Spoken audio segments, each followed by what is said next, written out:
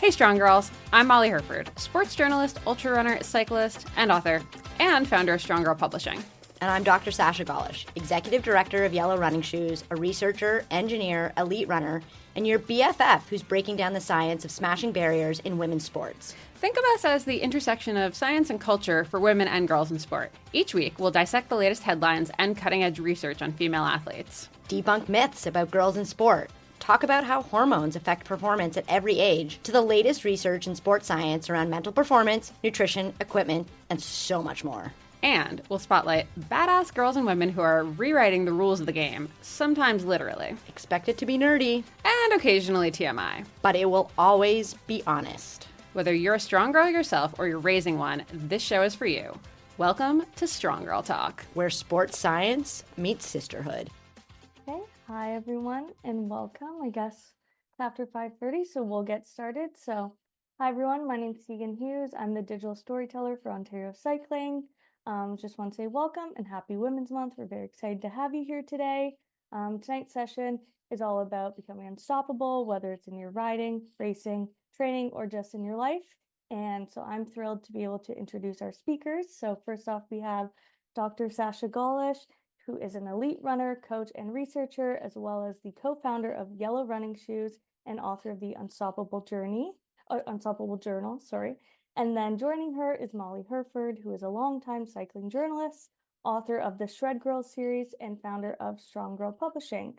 So thank you both for being here tonight and for hosting this, and I'll pass it over to you. Well, thank you so much for having us. We are so excited to get to talk to everyone who's on the call, everyone who's watching this later.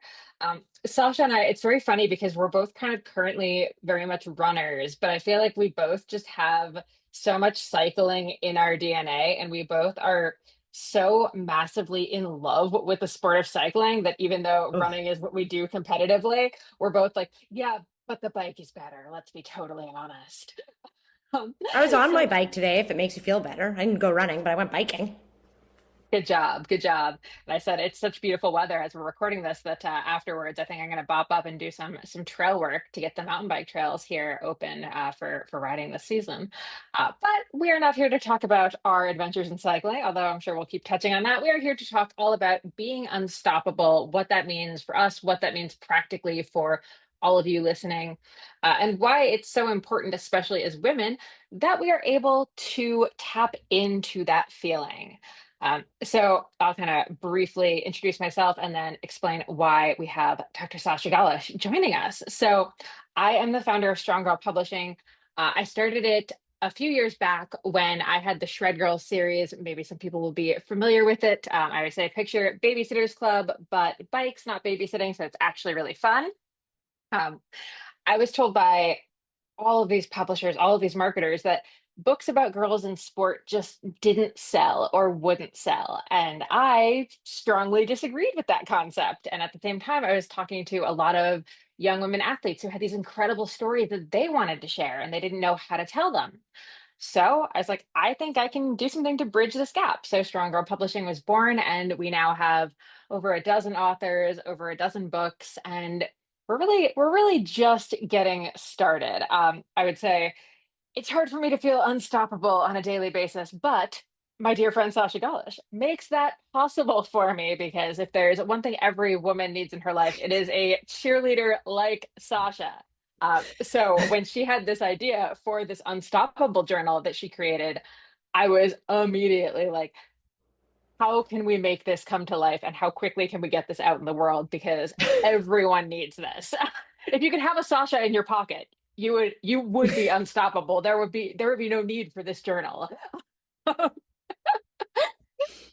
So with that intro, Sasha, I'm also your biggest cheerleader. So why don't you explain a little bit about who you are and how you came to put this journal together? I'm also forgetful, which is why I love Molly. I'm like, Molly, I don't have my book here. Like, it's upstairs somewhere. I'm like, Molly has a copy of my book somewhere. That's why we're a good tag team. I'm Dr. Sasha Golish. My mother would remind you all that I'm not a real doctor. I'm laughing. I got my hair cut today and I have these glasses on. I was like, I have now the spitting image of my mother. So like, I'm my mother, but I'm not a real doctor like she is. So, I basically wake up every morning and like feel like I want to take on the world. And sport really gave me that passion and that energy for life. And then, through your life you go through and you do a whole bunch of different things. So, I was born into a marathon body but really wanted to be a World Cup alpine ski racer. And so, at one point in my coaching career really went down the path of becoming an alpine ski coach, and I passed all the levels to work at the high performance level, but all I wanted to do was ski with kids because I promise you it's the best way that you can spend a winter weekend. I'm an engineer by trade. I absolutely love math and science. I really, really, really love math. I'm a researcher now at the University of Toronto. I'm really looking at the gender and sex-based differences in sport that we're seeing and continue to see, the historic and systemic barriers that girls still face when it comes to participating in sport. And it is true, I am a runner. I also should say, like, I was Canadian duathlon champion. So, like, you got to be kind of good at cycling for that. So, like, biking's part of it. I also, like, claim to fame is I once got, so, like, you get injured running, like, it happens. And the rule of thumb used to be that whatever your workout is, you had to do twice as much on the bike. And it's typically because runners can't get their heart rate up on a bike. But because I had come from a bike background, I could get my heart rate up. And sort of partway through my injury, I was like, Coach, Terry, like, I don't know the last time that I've been so tired. It's like, well, how hard do you get your heart rate up on your bike? I was like, oh, 210. I get my heart rate up to 210 by the end of the intervals. And he was like, okay, we're going to need to back off training. You are not the average runner who you can actually ride bike and get your heart rate up. But anyways, all these different hats that I wear. When I was doing my advanced coaching diploma, I was coaching 7-year-olds. And it was at a time when we were talking about mental performance for elite athletes. And much around the time when Michael Phelps was talking about his mental performance journey and his mental health challenges. But we were saying, well, the elite athletes don't have this. And I was like, well, no kidding. There's absolutely no coach education around mental performance for young kids. And so I did my advanced coaching diploma project all around that. And Unstoppable was always like, I guess, what I saw coming out of that at some point. And then I met Molly, and it was like, and basically over a weekend, I was like, okay, here, I've written like the draft of a book. Do you think that we could publish this? And the answer was yes. Yeah. And so the journal was born, although it took us much longer than the one weekend to Yeah, but I mean, in one weekend, she was like, perfect well, how it. quickly can you have a draft? I was like, I don't know, 48 hours. And she was like, kidding? And I was like, she was like, oh, okay. We Wasn't can look kidding. at this. Wasn't kidding. We could work No. with it. It was fantastic. No. So, I think what's super cool about this journal and this kind of journey to being unstoppable is that you did base it all in research, in practical things, and in this day-to-day application of this stuff. So we're not talking about how to be unstoppable on race day or how to be unstoppable at this one moment. It's more this sort of like holistic approach to being unstoppable, feeling unstoppable, whether it's, at practice, just like at school if you have a test, at work if you have a presentation. I was like, that pesky math test that you have to write. I'm like, I'll make you feel unstoppable during that. Yeah, yeah. Although I'd love to see you fill out the unstoppable journal for that. Like, well, what's the weather going to be like? What should I wear for my math test? Well, you don't want to be sitting in your desk with wet jeans. Like, I actually can answer this for you. This is a fair point. And now that wide leg, long jeans are back in Terrible. style, terrible. Yep. Yeah, I came you're home like, from the movies last night, soaked yeah. up to the knee. This generation doesn't know. Anyway, back to unstoppable. So Sasha, do you think we should talk about the pillars of performance first, or should we go through a before practice thing first?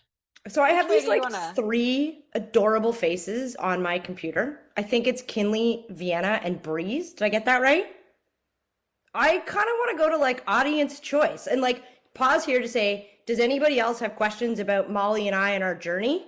And I think they're trying to unmute themselves, but they keep turning their camera off, which, like, don't worry, my professional life, do it all the time. In fact, I can close Zoom at any point. But where do you want to start? Where do you guys want to start? Honestly, anywhere. Okay, well, we're giggling, Oh, so like we're happy. This is good. Okay, so like Yeah. this is feeling unstoppable. Let's go with the journal, Molly. I love it. I love it. Okay. Okay. So a big part of what we have going on in the journal is sort of this concept of before practice and after practice. So, thinking about whether it's you have a training session on your bike coming up, or you have a training session with cross country running, or really any sport that day. We have sort of a section that you're filling out beforehand and then a section you're filling out after. And Sasha, let's maybe also back up and say, why are we doing a journal entry before practice? And then we'll get into what it actually looks like. Well, and actually, Molly, I don't even know if I've told you this story. When I came back to being a professional athlete, so I sort of had this engineering career, was training with my friends, and all of a sudden was like quite fast. It was like on my way to qualifying for the Pan Am Games in my hometown. But I really struggled to disengage cognitively from work and let go and think about the task at hand, as opposed to letting my mind kind of do all the things. I am a little bit like a toddler, and my mind, okay, the dog, sorry, let me actually, this is my brain. The Instagram, TikTok, like trend right now where the dog, you can't be mad at your dog because this is going on in its brain, like, woo, like basically my brain all day. But I wanted to come to practice and be cognitively engaged with it. And so I started this, it was in my head, and then eventually I did actually write it down before I got the Believe Training Journal. But I would write down like, well, what are all the things that I need to get done for work after? And so if you're a student, like, well, what are all the things that I'm going to have to do after? Like your agenda is a great probably place to check in with this too. But it allowed me to like clear my thoughts, think about what I might be nervous about going into a workout. One of my like biggest challenges coming back was time trials. I mean, for very obvious reasons. I hadn't raced in about 10 years. You're going really fast. It's a test of your mental and physical limits. And so I just needed a way to like set myself up to be focused so that I could find the confidence on the track again. Love it. Love it. Naturally, when I hear time trial, my brain goes to cycling time trials, and I'm like, yeah, I do suck at those. So this would have been very helpful. So now let's actually go through it. So we have this before practice section. And, while we obviously love the Unstoppable Journal, obvious side note, you can do this on any scrap of paper or in a note in your phone or anywhere really. Like our goal No, I would is, say not in your phone, just based on the research. You have to actually oh, write it out. that's Just, fair. yeah.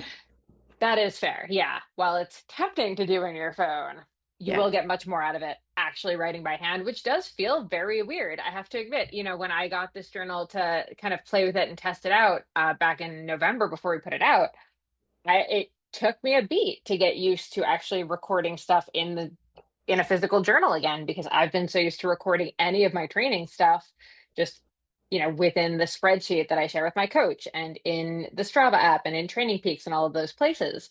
But I have to say, doing it by hand, taking the 2 minutes before practice and 2 minutes after practice made such a big difference for me. So yes, good point. Okay. So what I love about this is we're starting with a thing that you're most excited about for practice. And I think this is a great way to start, because often when we're writing stuff down or journaling, let's be honest, it's usually because stuff is not going super well, or we're nervous about something, or we're stressed about something. So I think starting with this excited thing, what's going to be great about practice day? What's going to be fun? Is really important. Sasha, thoughts, feelings? Is that why you put it at the top? Yeah, so the backstory, like it goes all the way back to the alpine skiing and alpine ski coaching. And I was one of the few coaches, like we're also talking at a time when phones were not as ubiquitous as they are now and easy to use and easy to video. And I would film the athletes and I would put it up on the screen. And to your point, one of our natural reactions is to point out all of the deficits and all of the things that we're doing wrong. And all I wanted the athletes to do was look up at that screen and tell me something about what they were doing that they liked about themselves. And it's really interesting to see, like these were 7-year-olds, to see, the difference in their reaction. And we are wired, right? We are neurally wired to go to the negative instead of the positive. But you can also rewire your own brain to start with like, what brings me joy? What makes me excited? Like, what is the best part of this? So that if you're going to there's going to be a challenge ahead of you, you're much more primed and in a state where you can actually like rise to the level and work with that challenge. And I think there's just, I mean, even, I think even more so now, there's just so much negative energy in our world. And like Eliud Kipchoge, and again, you're all cyclists, so you're like, who are you talking about? Very He fast would, guy. Yeah, very fast runner. First person to break 2 hours in the marathon. But he talked about the neuroscience and the science about smiling and the chemical reaction that happens in your body. And when you write something down in like by hand and you make that connection of like what are you so excited about, you're naturally going to smile. And then you're going to likely have that chemical reaction and like really get excited. It's not like really find yourself in a different state depending on where you were like 10 seconds before that. Love it. And then after that, we are going to get into the nerves, right? Then we're also going to think about the one thing you feel nervous or unsure about, because we can't pretend that that doesn't exist. I think that's while we want to focus on like one exciting thing, we also want to be honest about what we do want to, what is kind of making us nervous, making us stressed about practice, because naming it can also help release that feeling. And again, whether that's a test or a practice or a really hard training session you have coming up, super important. And Um, it also helps you articulate it with your coach, right? Like I really struggled when I was coming back to talk to my coach about the uncertainty I had with where my level of fitness was, right? I'd been out of the sport for almost 10 years. I was struggling to keep up in practice and everyone, on some days and they were just like, "No, no, you'll be fine." And I'm like, "But there is this thing going on inside of me that doesn't feel fine and I need to find the words to talk to you about it." And anyways, very funny. Like a couple months down the road, it was like, well, we're actually just going to go and do an interval workout till you can't do an interval anymore. Right. And like, it was really fun.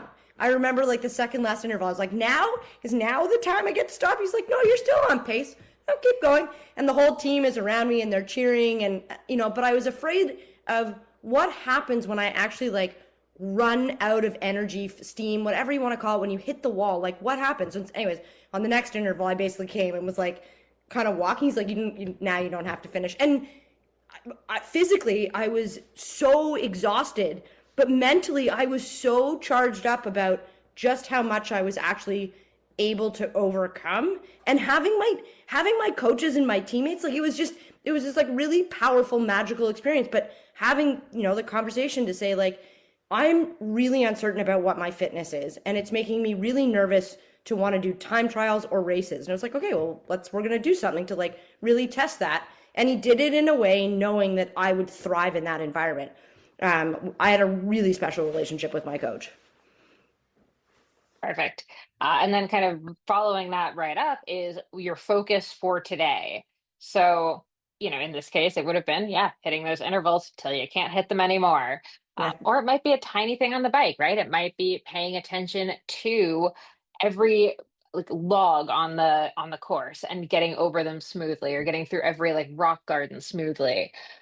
It could be, checking in on your position and making sure that you're always in the comfortable, like speediest, most aero position you can be in if you're on the road bike. So really honing in on what that one focus is. I find that super helpful for strength training too, because there's usually like one particular movement that I'm working on throughout the strength training session, or that like is my focus, whether it's the pull-ups or the deadlifts, whatever it happens to be that week that I want to really hone in on. I'd also add nutrition. So one of my challenges on Mhm. the bike was nutrition. So Alpine's like pretty good at like high speed sports, except when it comes to biking. I don't like take my hands off the bars, which then makes it very challenging to get your nutrition in. And so, particularly in mountain bike rides when I head out, like I have to really, my focus would be where in your ride can you be thoughtful about getting your nutrition in? Like a couple hour, like that's not true, a couple few to 4 hour mountain bike ride, like love, but you can't ride that long. And so like filling out my training log would be like, my focus today is where I feel comfortable and confident, I need to reach for my water bottle, which should have calories in it. Because if it just has water, then you're effectively doing nothing. But I have to say that. And we'll get to the fuel momentarily. Yeah. Or more on it anyway. Then we have the section about your mindset heading into today's practice. And we have a few different options on here. So calm, focused, tired, pumped, nervous, or something else. So again, this is just like a really good little vibe check before you head into practice. And it's not that there's no right answer or best answer or anything like that. It's really just so that you know how you're feeling heading into the practice. And again, naming those feelings can be so, so helpful. So this for me came from coaching. So, and if there's any coaches listening, so we all have things that happen in our lives. The best thing I ever get to do is coach. But I sometimes would bring the baggage and the stress from work to my coaching. Sometimes it's impossible to separate the two, but just be very transparent with the athletes. But if you're really tired and stressed out from whatever it is, maybe it's a test, a big week at school, reading a really dense book that you don't really like as a student, right? Just sort of naming those feelings so that if at all possible, you can park them before practice and focus in on what you're doing. But to your point, Molly, being able to name those emotions or emotion, feeling, I only operate with one at a time. Being able to name those feelings allows you to either separate, dissociate, park through that practice so that you can come back to them. And also to name like when you're really excited because like something really big in your life has happened. Like doing well Absolutely. on a test. Absolutely. And then we also just have the quick, if you had to rate your mood 0 to 10, where would it be? 10 being ecstatically happy, and 0 being get me the heck out of here. I just want to go hide under my bed. Also Which fair. Yeah, we've all been haven't we there. all? Yeah. Yeah. Although I can't hide under my bed anymore, just with the way the baseboard of it works. But to say part of this is the cognition of understanding of where you're at mentally. This really gets to like the heart of the ASICS research of like the more you move, the better you feel. And this is really about like when you're having a tough day, it's okay to rate your mood as, 2, 3, 4. Like bad days happen. Challenging moments are a part of our lives, but does moving alone or with your friends actually put you in a better spot, which is really why I wanted to ensure that we had this way of calculating. It's a bad word, but it is a calculation because I say numbers. But I wish, like in future iterations, I'd like draw how you feel, give me an emoji, like write a color, like just naming it in a way that works for you and your brain. Numbers quite clearly work for this math brain here. Mine would be so baffling because every time I'd be like, what color? I'd be like, black, Yeah. black, black. And we'd be like, wow, she's in really rough shape. Like, no, it's No, just really happy. So happy. Like, I know you. That's like super positive. Yeah. Yeah. And a lot of this is all lining up with what we're going to do after the practice. So we've Yeah. done that. We're going to go do our practice. And then afterwards, the post practice reflection. And again, like we're talking through it and it's taking us 10 minutes to talk through, but the actual doing of it, we're talking a minute, maybe. Like if you want to pour your heart and soul out, take as long as you want. But you can quickly do this in under a minute, and having that little moment for reflection before and then pausing for that little moment of reflection after can be such a game changer for how you're able to show up in your training and honestly how well you're training.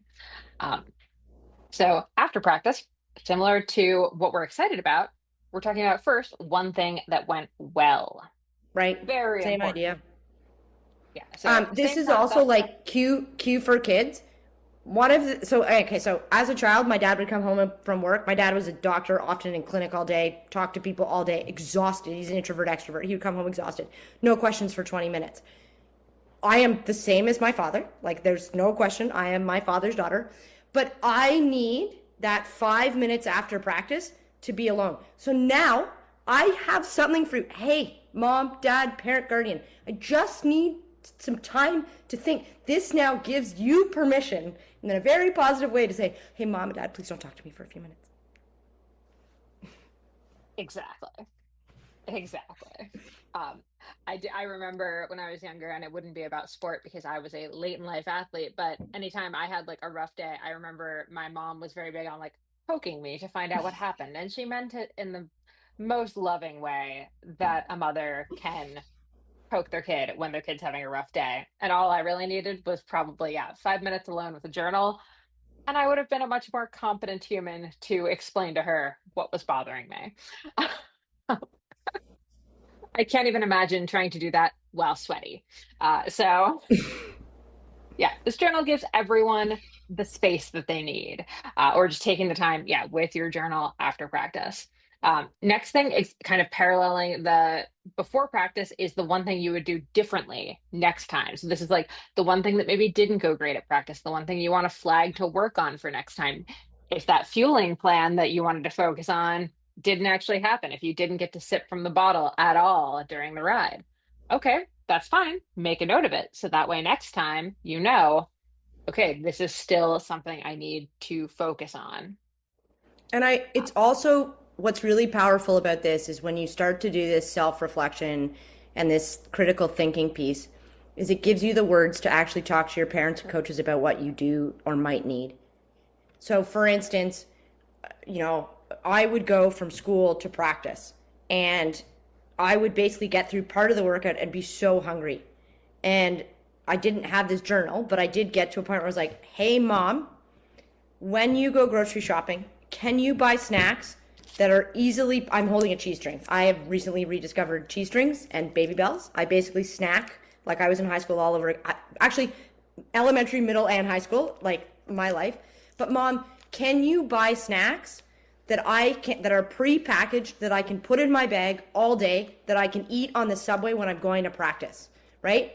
Hey coach, when we do this in warm up and you say this is really hard for me to hear. Can we think about saying it a different way? I think about uniforms when someone's like, when they talk about, so soccer comes to mind.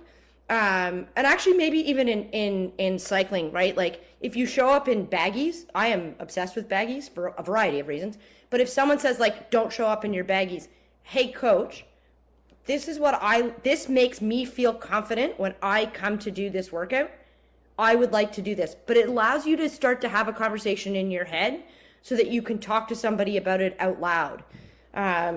Which I think is, we don't do enough of telling people like, it's sometimes hard to talk about conflict. It's sometimes hard to identify our feelings, which is why I wanted to start to put it like, well, what might have held us back? And sometimes you might be like, no, I had a 10 out of 10 practice. There is nothing here. Next. which is great and does happen Yeah. every so often. Mm-hmm. And I mean, also to flag, like, this is so applicable to adults as well, right? Like, Yeah. I take a lot of these notes. I know Sasha does too. And we both remind our spouses that, hey, like, next time you're, driving here, I need this. Or like, hey, could we make sure this? Or like, hey, please don't talk to me for a while when I come in looking like this. Or like, please don't ask me about the cell phone plan or the bill or something the minute I walk in the door. That's not helpful. So No, I again, did just not feed the dog. yeah. Why has the dog not been outside yet? Et cetera, et cetera. Yeah. So this is not just for youth athletes. I think this is something that every one of us can really hone in on more. Like I say, I was kind of going into it when we first printed the journal, I was like, oh, I'll just do this and sort of see how it is for so the kids can use it. And then as I got more into it, I was like, oh no, I love this. I'm doing this every practice. This is fantastic for me. Uh, Partially because the next one is the one that I need the most reminding of. Today I had the most fun, fill in the blank. Because Yeah. if there's one thing that I've noticed we're all pretty bad at is like we all ride our bikes because it's fun. Like that's why we got into cycling. But when we're in the middle of training, when we're in like a hard practice, or even just when we've kind of gotten into the routine of practicing, we can kind of forget the fun element of it. Um, so I think having to think about the one thing that you remember from practice that was fun today is Especially on the such a days when it's useful. so hard. Yeah. Or rainy, right? Like rain is actually my favorite example because I know, okay, look, I know we're not supposed to ride through puddles, and I'm not talking about riding through puddles and ruining trails. I But was like, if can I you're run out through the puddles riding, on the road?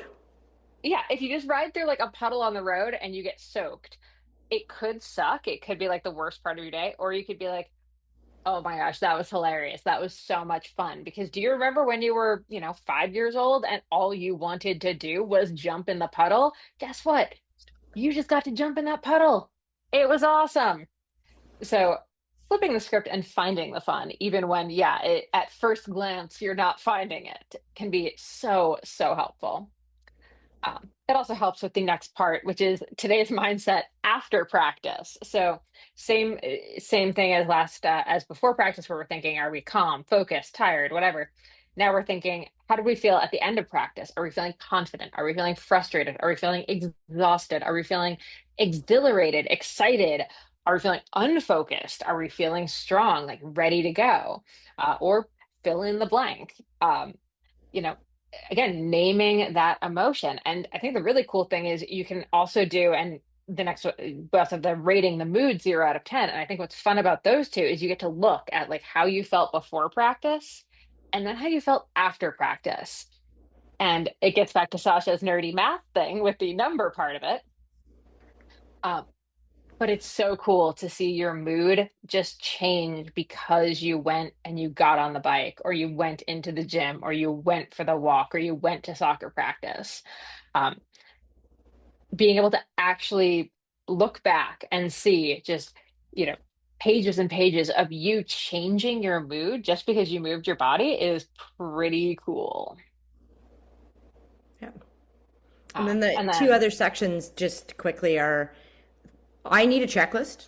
My favorite thing in the world is to write a checklist and then actually put the check mark beside the check. It is so satisfying. Oh yeah, we're all nodding heads here. So, what do you need when you go to practice or competition? So Team Canada. So that's when I first ran my first senior team. You literally get a check. So you get your backpack with all your clothes. So you provide your own spikes because like that's the only piece of equipment we get. Actually, sports bra, you have to provide your own sports bra, but that's a whole other conversation. So you get this checklist. Now that I'm thinking about it, your sports bra is not on the checklist, but you get a backpack with like your kit and a checklist, right? So that when you show up, because you often have to take a bus to the venue, that you don't forget anything.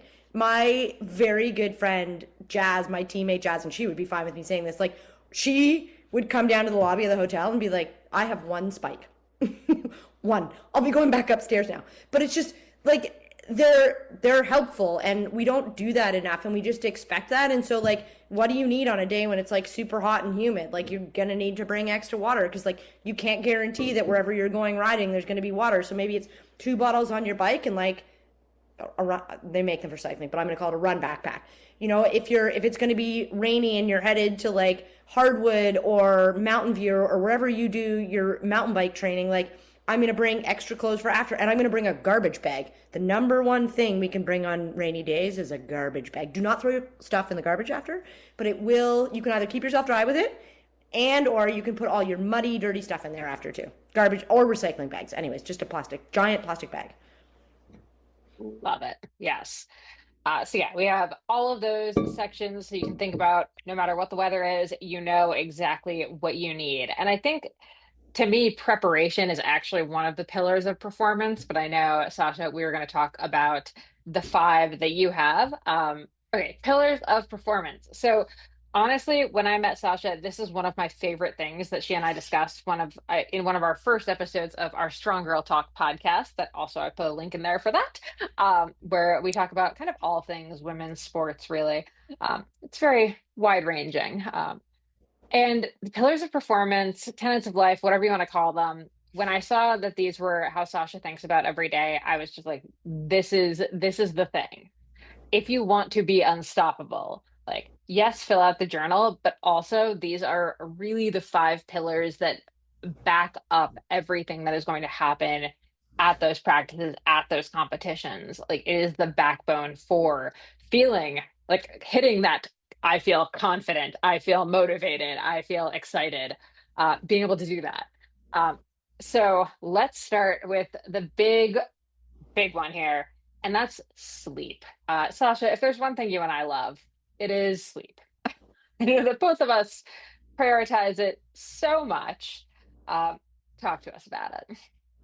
Well, for reference, I can sleep in an economy seat for 8.5 hours from before wheels up to touchdown going to Europe. It was a skill that I absolutely mastered as a elite runner, where I was like good, but I didn't get a first class seat. Also, the sustainability person to me was like, I'll sit in an economy seat.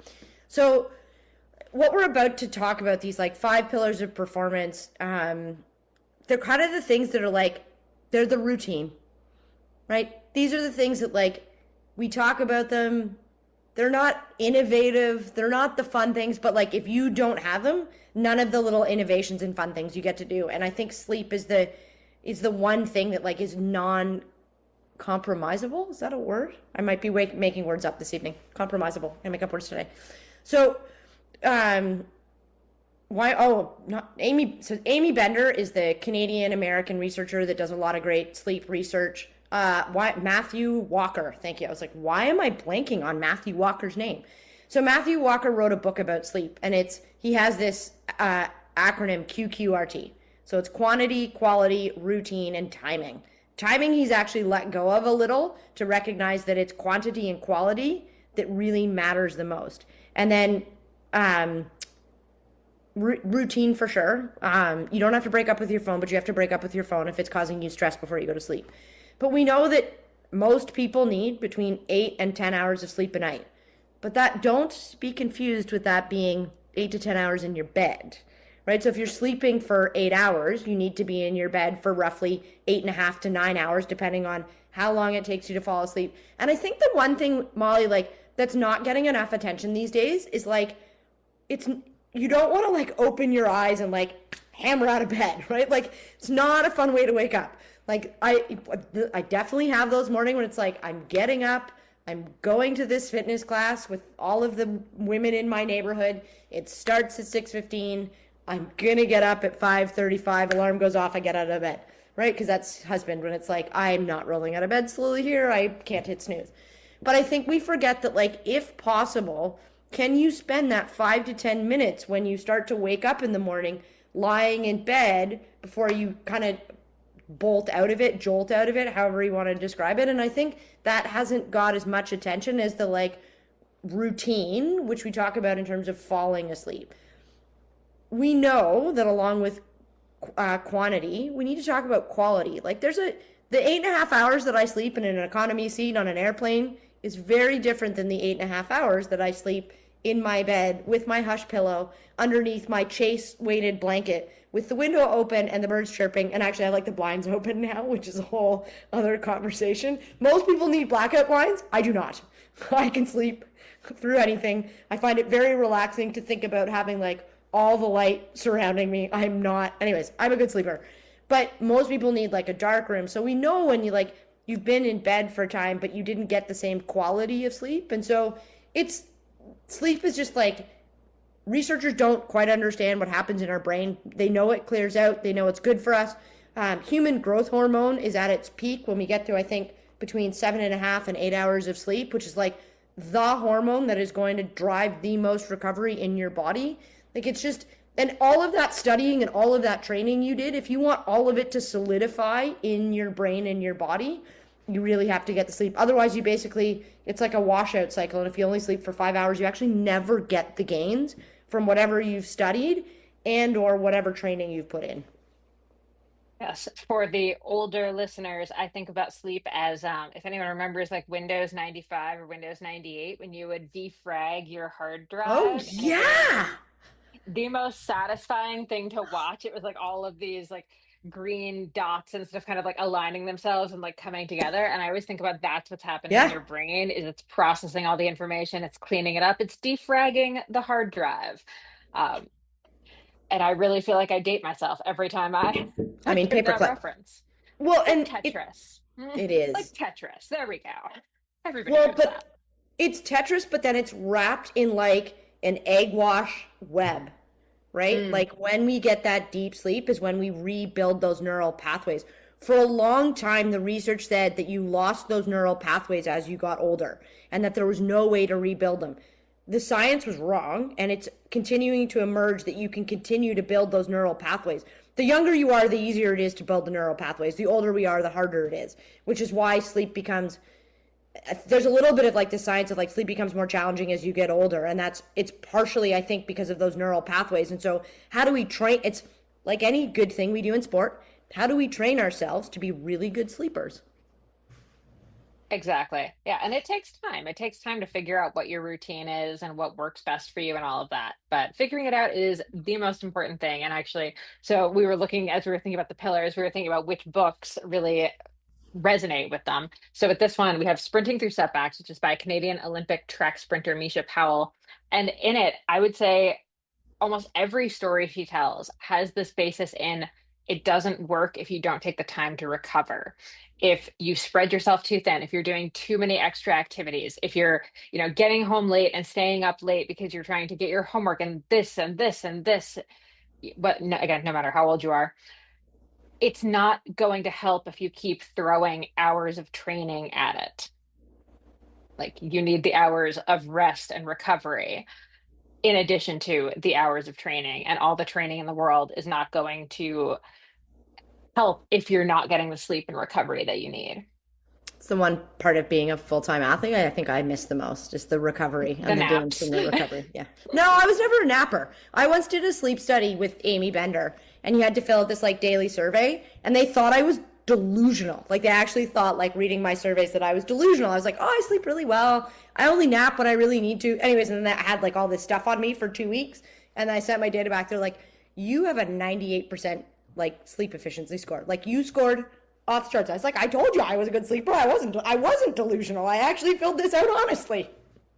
Well, and I think I bet you if you look at most of the high level athletes, they probably have very high sleep scores. Like they're They don't. probably really. No, they're higher than most of society for sure because they get more recovery, but they're lower than you think. And so I'll talk about social media here for a second. There's some really great research coming out. Charlene Orr out on the West Coast is doing a lot. She's looking at recovery modalities and how people engage with social media. And so if you engage with social media in a joyful way, in the way it was intended to connect with friends and catch up on what is going on in people's life, and it fills you, right? It fills your heart and it makes you smile and it leaves you feeling like almost elated. Great, keep it up. You and social media do not have a problem. Most athletes don't have that relationship with social media. Most people don't have that relationship with social media, and it's a source of judgment. I think one of the reasons, Des Linden, who is a very like celebrated runner, she is a reader and she watches Netflix. And so if Netflix stresses you out, I couldn't watch Stranger Things because it stressed me out so bad before going to bed that I was so scared. So I couldn't watch Stranger Things. But if you have any judgmental reaction with whatever you're looking at in a book, a phone, if it stresses you out before going to bed, then it's actually going to mute or blunt. It's going to take away from your recovery. And so that's the part that I think we're not doing a good job at talking about when it comes to social media. Social media can be such a source of good as long as you're engaging with it in a way that fills your cup. Yeah, really good point. And I think actually that moves us into a pillar that it's not second on the list, it's actually fourth, which is being present. And I think this one is sort of similar to sleep, made much more difficult by social media because it's real hard to be present. I actually left my phone in the other room, so I can't hold it up as my example, but I left it in the other room because I knew that if it was sitting next to my computer during this, even though I'm literally giving a presentation, I would be so tempted to grab it, to check it, or at minimum be like looking for notifications on it. So really being present, so being in the here, in the now, paying full attention to what's happening, that has gotten so much harder. Being able to master that skill is, again, one of the most important things that we can do as athletes. Sasha, want to talk about it? I do. I actually for the longest time I've turned my notifications off. When I was a full-time athlete, and actually nothing's changed. I should just admit this. My father was paying my cell phone bill when I went back. And actually, I think my dad's paid my cell phone bill my whole life. I think I realized today. Anyways, I turned off all the notifications, and my dad was like, I pay your cell phone bill. You will absolutely answer my call. You will turn my notifications on. I was like, yep, you make a good point. So the only notifications that come through on my phone are when my mom or dad text me. My sister even was like, I didn't make the list. I was like, you didn't make the list. It's true. No, only mom and dad. I actually raw. My husband didn't make the list either. But I've actually been really struggling with being present and being focused recently. Just going through like a challenging time in my life. But one of the ways I'm trying to get back to it is I went back to reading paper books. So over the weekend, I actually read almost all of Louise Penny's book. And I don't know the last time over a weekend where I've like gone through and just like been immersed in a book like that. And it was great. And so most mornings, I used to have this routine where I would get up in the morning and I would sit on the couch with a cup of coffee and my dog and a book and read. And I started downloading books from the library and I started reading digitally. I was like, I'm going to minimize my footprint and not have as many books in my house. But in the end, what I realized it's actually caused more distraction. So I've gone back to reading paper books. It's great. Everyone was like, here, I'm going to give you, I will be good for a year in reading. Maybe not. I'm actually hoping I get back into my routine and I blow through a bunch of books. But just Molly, to your point about not having that screen engagement, and even if everything's turned off and I'm just reading a book, it's not the same. And so I've recognized that this pattern that I've had in my life, and so I've made this change to engage more with paper books, and it's helped with the focus and the things that I need to do. In one of talking about partners and whatnot, I find it inordinately frustrating when I'm trying to talk to someone and they pick their phone up. I'm like, well, you're not paying attention to me. So like, I'm just not going to talk, or I'll just like start spewing random things, right? You're like, boop, boop, boop, boop, ooey, ooey, go back to the same video, right? And so how do we find the things in life that like drive us to be more present? And I think it's one of the things that I don't think phones are to blame. Like, if I'm just going to be totally honest with you, I was just as bad when I had, like, when TV was on when I was a kid. Like, my dad called it the idiot box. It was on all the time. He'd be trying to talk to us and we'd be staring at the TV. I think we point the finger at the younger generation to say, like, it's all your fault and it's all phone's fault. I think we're just wired as humans to be distracted, and it can be challenging. And so finding those ways that you can actually be present. So when I walk my dog in the morning, I often don't bring my phone. I try not to bring my phone when I go for a run, depending on where I'm going. If I'm in a new city, I definitely bring my phone because it absolutely can get lost. And then you need your credit card that's on your phone to get back to wherever you're staying. But really thinking about, like, how can I disengage with that screen time? And then actually, one of the other things I've been doing lately, Molly, at lunch, is like actually going to eat lunch and like stepping away from my computer, right? Not putting the bowl of, I like to eat out of a bowl mostly because then it doesn't fall off the sides of whatever I'm eating. I'm a very messy eater. I will just admit that. So whatever's like in the bowls, like sitting down away from my desk, away from my computer. If I'm at my office, trying to do that with people, or going to sit in a place where there's other people, whether or not they're on screens. And then if I'm home alone, I've actually started picking my book up again. And so figuring out different ways to like be engaged with what's actually going on with you again. Flower season right now is like, oh my gosh, it's my favorite time of year. Woo! I say that about all times a year. Sure you do.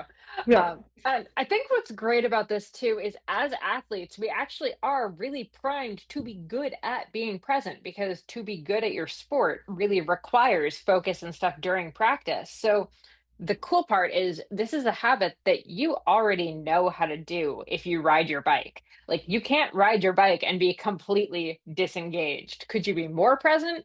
Absolutely. But when you're pedaling around anywhere, it's pretty hard to be completely disengaged and be like looking at your phone or thinking about something that isn't, the fact that you have to like follow the flow of traffic or follow the trail in front of you, or you will end up in the trees. So I think if you can kind of bring being present to your sport, and then also use the focus that you know how to do from sport and bring that to the rest of your life, like, that is such a good habit to be able to do, and sport really does help with that. But we do have to talk about like the self-compassion piece here, right? Like, I've just talked about all the different ways where I'm so bad at it. And self-compassion, I can't remember who I was listening to lately, Beth Bartz. I was listening to her podcast. We talked about this. Self-compassion actually doesn't have a really good reputation right now, right? It's like I think she described it as being soft or like having pity. That is not at all in the research what self-compassion is. Self-compassion is actually giving yourself feedback to say, I made a mistake. I'm going to hold myself accountable. That's self-compassion, right? And it's not berating yourself or being angry about it. Like, self-compassion is actually an accountability measure for yourself. And it's a way to actually coach yourself, which we talked about in the context of coaches and had a good giggle about. Yeah, it's all about saying, I made a mistake, not I am a bad person because I made a mistake. Yeah. And again, we've got a book for that. We have The Mirror Diaries from Vanessa Kuhlbeck, who is a researcher that's focusing really on body image and self-compassion. So this is another middle grade one where we really dig into what self-compassion looks like and how you can actually practice it on a daily basis. Sorry, it's just natural for us to point out all of the books, because when we find a topic that we're very passionate about, we write books about it. That's what we do. Okay, let's talk, because I just talked about the whole movement being present. Let's talk about moving your body. And I'm like, as I'm feeling in between. Yeah. Yeah, we'll get to the feeling in a minute. But, obviously, Sasha, for you, the movement piece has been a huge part of your story for forever. Like, it's, I think, never not been part of yours. For me, I came to it a bit later, and once I figured it out, it was like this huge unlock, this code cracking that like, oh, if I move my body, my brain works better. I feel better. Everything clicks better, faster. Um, so, that's why I started Strong Girl Publishing was I wanted to bring that feeling to the girls that were like me that didn't necessarily feel like sport was really for them or really inviting them in. And I wanted to be able to invite them in because moving your body is one of our pillars for living a unstoppable life. Yeah, and like as athletes, this is easy for us, right? Although I look back and sometimes when you get caught up in who you are as an athlete, movement actually isn't beneficial to our mental health. It's not necessarily that it's bad, but it's like it's not necessarily helpful. And so like how do you continue to engage where you're moving your body in a way that does help? I've rediscovered yoga in the last, I would say 4 or 5 months. I went to a yoga class when I was in Silver Star and just had this like really great connection. I was like, oh, now I can. I also was like, oh, now I know where every sore part of my body is now that I've done this yoga class. But right, it's all about that intentional breathing and moving in a way. And for me, right, like who's typically moving at like a very fast pace and at a high intensity, yoga is the type of movement that I need to actually have that like mind body connection. Where like and probably for many of you listening, like that's the kind of movement that you need to be doing, or like the slow, purposeful movement in the gym, which I've also rediscovered and totally love. We're not most of the population, right? Like most of the population needs to move their body and like I'm going to get this wrong, but actually, if you really dig into the data, everybody needs about 60 minutes of moderate to vigorous physical activity a day. Can you imagine how productive the whole world would be if we all got 60 minutes of moderate to vigorous physical activity every day? I feel like, so then if you like go down the age groups, they're like between 0 and 5, you need about 3 hours. I was like, so I've never left that bracket. Like 3 hours of activity is about what makes me happy every day. Sometimes I want way more than that, but like 3 hours of moving my body every day is like between like walking my dog, and I make her walk fast sometimes because I'm like, don't eat this. My dog is very nervous. Don't eat this person. Don't eat this other dog. Please don't eat the whatever's on the ground. So like we're gonna walk fast, or we're gonna like jog a little bit here. But a lot of it is a privilege to be an athlete, and it is.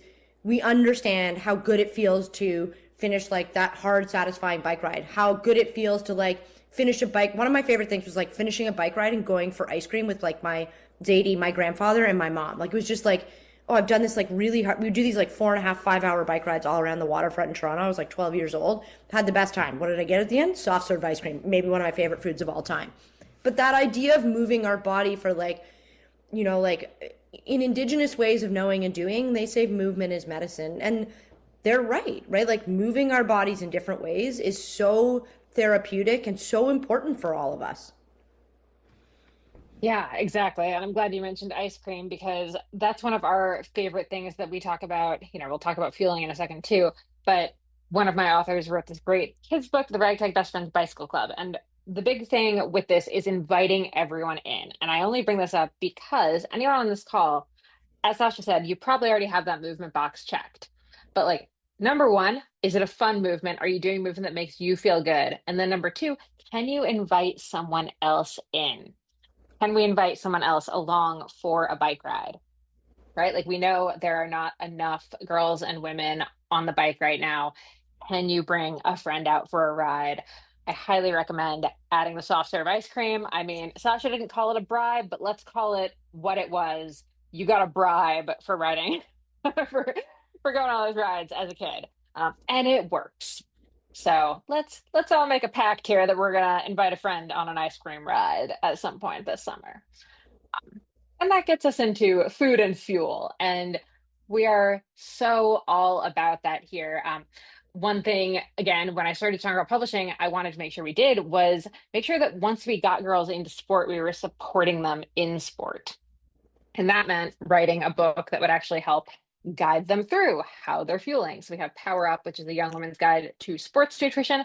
I've also written a book called Fuel Your Ride that came out a bunch of years ago with Rodale Press. That's cycling nutrition just for anyone. And I've now, yeah, written 2 books on this topic because it matters so much. Because cycling in particular, it's very easy to accidentally or purposefully under fuel. But it turns out if we don't fuel the rides, we do not get very fast. We are not unstoppable. We are actually very easily stopped when we're hungry. Um, don't know about you, Sasha, but I do not feel particularly unstoppable the second I get even slightly hungry. Oh my gosh, my family is like, do you just need a snack? Which I'm like, always, I always have snacks. Yeah. I actually convinced them during my PhD defense to let me eat. Like, it is you are like, one of the things is like, no food and only water. I was like, for 3 hours? You want me to sit in this room for 3 hours and be completely cognitive? I was like, I'm not going to make it 45 minutes. Anyways, I made it through my presentation, which is about 20 minutes. And I'd eaten this massive snack before and my stomach growled. Anyways, I got permission to eat snacks. You can see my snacks beside me. I was actually at the leading edge of the high carb fueling when it came to the marathon. So I ran my first marathon in 2018. I had complete mechanical failure. My legs totally gave out on me.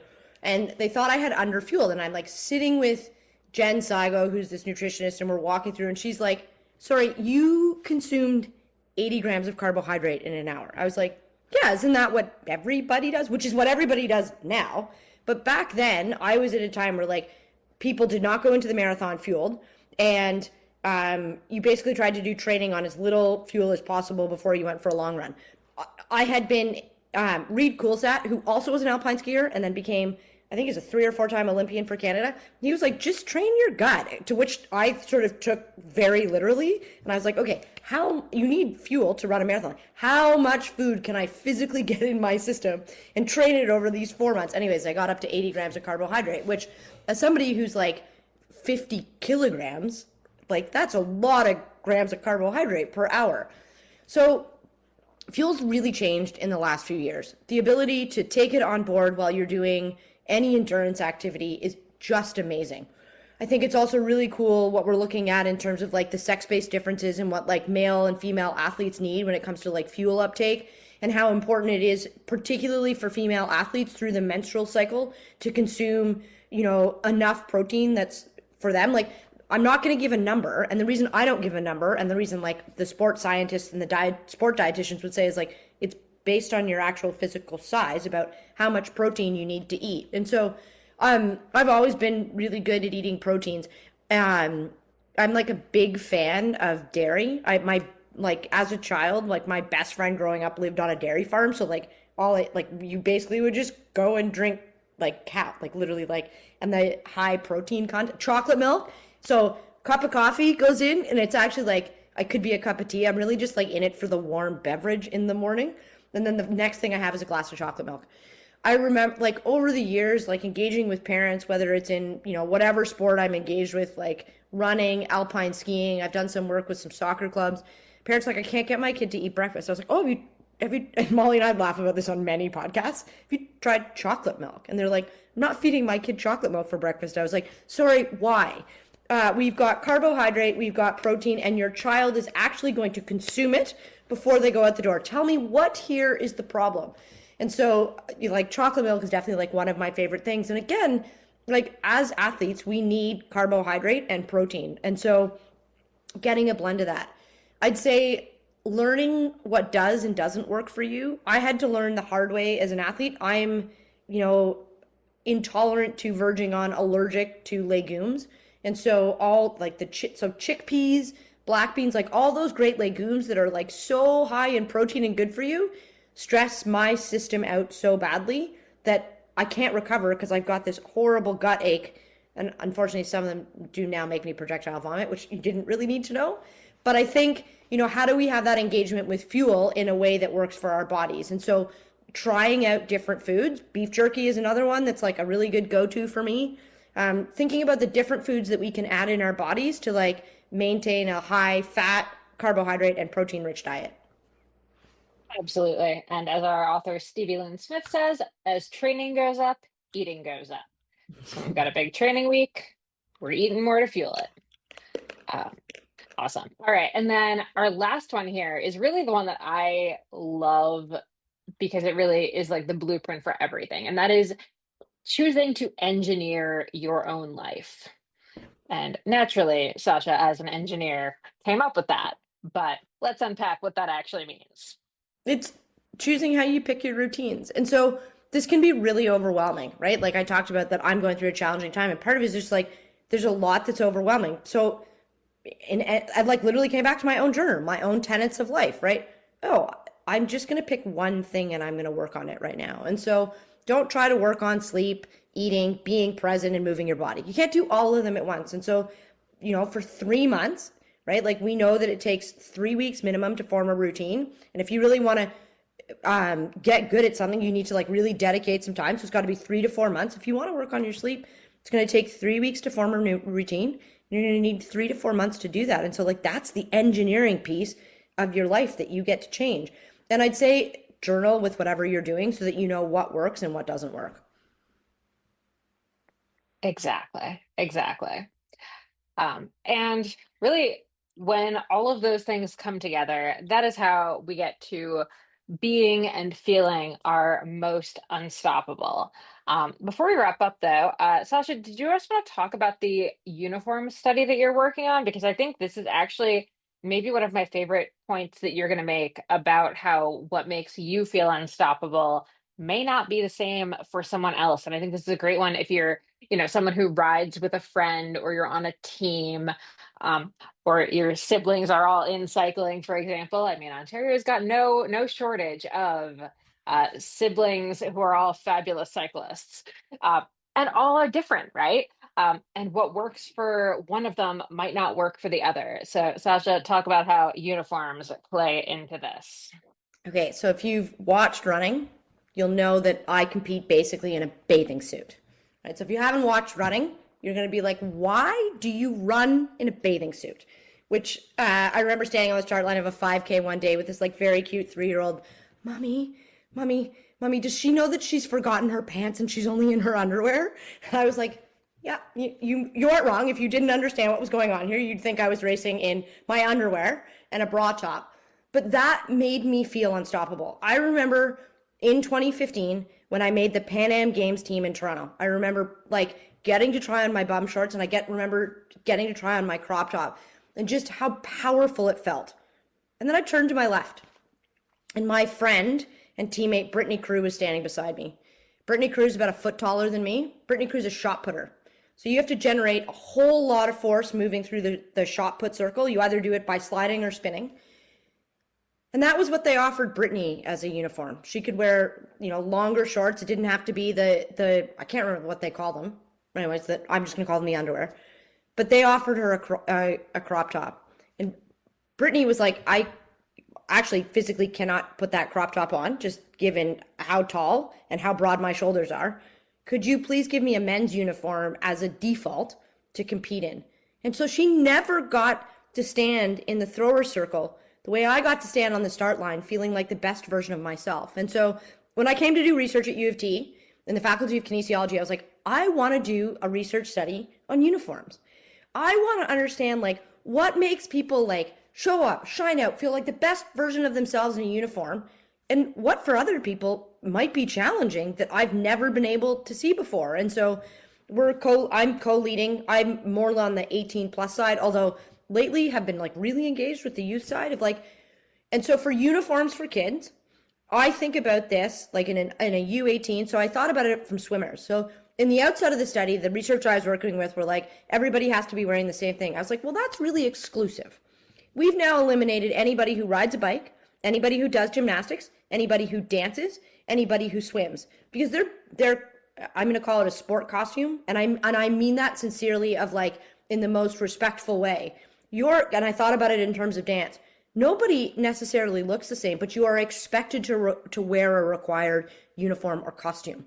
And so I was like, no, we need to be asking everybody who's like expected to wear something specific in sport how they feel about when they wear it. Because we know that when it comes to competition, at the top, on the podium, wherever you're finishing, you're all about at the same physiological level. But it is the difference that psychologically will separate who is going to be ahead of whom. And I just want everybody to find a place to play. And if they want to compete, I want them to feel like the best version of themselves. And as you can see, I'm a little bit passionate about this project. Just a touch. Um, and yeah, I mean, I remember the first time I got my cycling kit. Once I figured out what the heck the padded bum part was, the The chamois. diaper.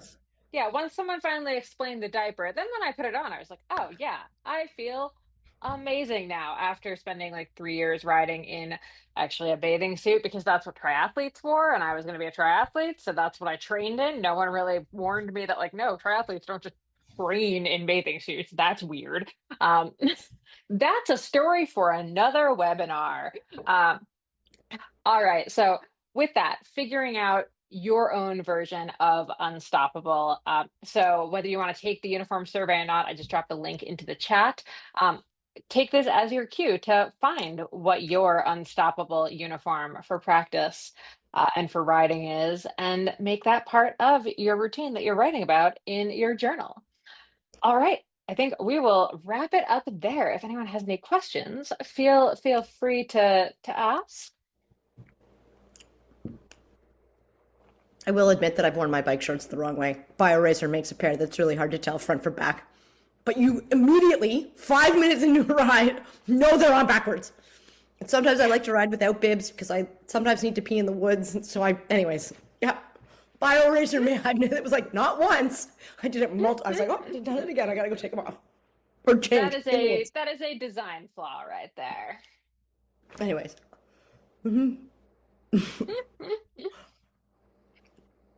All right. Well, thank you everyone so much for joining us. Oh, hang on, we have a question. We have a question.